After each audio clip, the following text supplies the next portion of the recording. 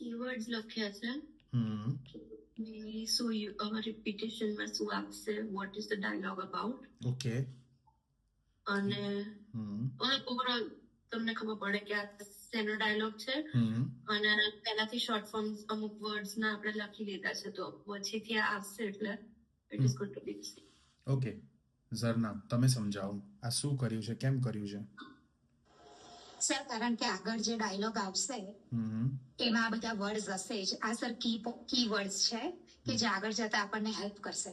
Okay, perfect, good answer both of you. Okay, so basically જ્યારે પણ કોઈ dialog start થાય તો ઇન્ટ્રોડક્શનથી એની સ્ટાર્ટિંગ થાય. ઇન્ટ્રોડક્શનના કોઈ માર્ક્સ ના હોય. ઓકે, તમારે ઇન્ટ્રોડક્શનનું કોઈ ટ્રાન્સલેશન નથી કરવાનું. Introduction is only there just so that you know કે ભાઈ આ ડાયલોગમાં શું થવાનું છે. બે વ્યક્તિ વાત કરશે, શેની વાત કરશે, ટોપિક શું છે, એક્સેટ્રા એક્સેટ્રા. આ બધી વસ્તુઓ તમને ઇન્ટ્રોડક્શનમાં કહેવામાં આવે.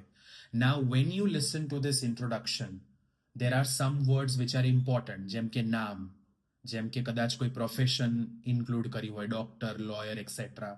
કાં તો પછી એવું કીધું હોય કે ભાઈ સેના વિશે ચર્ચા થવાની છે, the topic. These words are called key words, એટલે ઇમ્પોર્ટન્ટ વર્ડ્સ. આપણે એમને ફટાફટ એક એક કરીને લખી લઈશું અને એમના શોર્ટ ફોર્મ બનાવી લઈશું. જેમ કે અહીંયા મેં વેટ, ડોક્ટર, પેટ, ઓનર, બ્રુનો, પેન, આ બધા વર્ડ્સ મને ઇમ્પોર્ટન્ટ લાગ્યા, કી વર્ડ્સ લાગ્યા. તો મેં બધા ફટાફટ લખીને એમના શોર્ટ ફોર્મ બનાવી લીધા. કારણ કે એઝ ઝરના સેડ, આ બધા વર્ડ્સ 100% રિયલ ડાયલોગ્સમાં યુઝ થશે જ.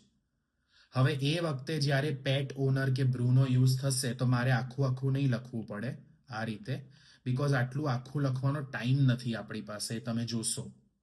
ઓકે, જ્યારે ડાયલોગ પ્લે થાય ત્યારે એની સેગમેન્ટ જે પ્લે થશે એની સ્પીડ બહુ ફાસ્ટ હોય. તો આપણી પાસે ટાઈમ ના હોય કે આપણે દરેક વર્ડ આખો પ્રેમથી આ રીતે પેટ, ઓનર આટલું સરસ લખવાનો આપણી પાસે સમય નથી. માટે આપણે આના શોર્ટ ફોર્મ્સ બનાવી લઈએ.